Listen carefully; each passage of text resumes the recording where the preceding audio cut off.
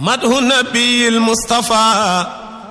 يغزيك قربا وصفا.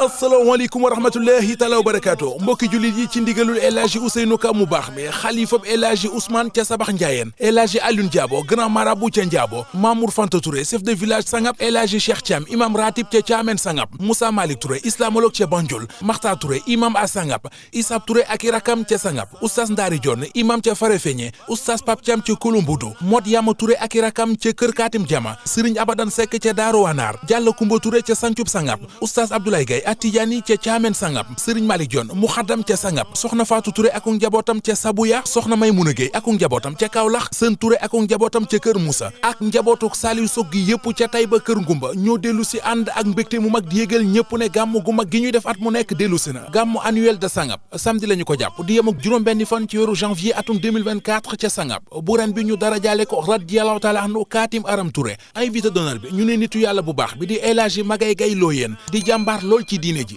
xew-xewu diine bu mag te màgg te am solo bi ñoo ngi ko yëgal ak di ci woo monsieur le sous-préfet de Médina Sabax monsieur Papa Ali Ngatan Touré ak njabootam ca Médina Sabax monsieur Ibrahima Niang maire de la commune de Médina Sabax monsieur Ousmane Gueye ancien maire de la commune de Médina Sabax monsieur Katim Touré chef de cabinet du ministre Serigne Mbaye Thiam di responsable politique bu mag ci Jigimar monsieur Ibrahima Cissé responsable politique ca Médina Sabax monsieur Goumba Gaye maire de la commune de Ngayène Sabax monsieur Sadibou Ba responsable politique ca Médina Sabax honorable député Ali Mané président conseil départemental Nioro du Rip ak madame Ndeye Sow responsable politique ca Médina Sabax 9h ci suba ca la ñuy tàmbali programme bi ak njàngum alxuraanul karim diggante midi jàpp 16h ñu def pause xéwlu ginnaaw tàkkusaan ba timis ñu amal cérémonie officielle bi buñ ca noppee toftal ci conférence su dina bu mag te am solo di ci ànd ak El Hadji Moussa Malick Touré 21h fekk ñu reer ba pare ñu daje ca baas ba fas yéene faa fanaanee gàmmu ba fajar Mam Seet Touré mooy def waxtaan wi Baye Mor Touré Amad Lo ak Babou Konté la ñu fas yéene àndal ci jàng yi gàmmu annuel de Sangap samedi 6 janvier 2024 ca Sangap fu ngeen mën a nekk te bokkoo dund en direct seetaan leen ko ci Sangap TV l'officiel El Hadji Ousmane Touré coordonnateur de la famille Touré moo def communiqué bi وقر كل زنم لمولد المقدم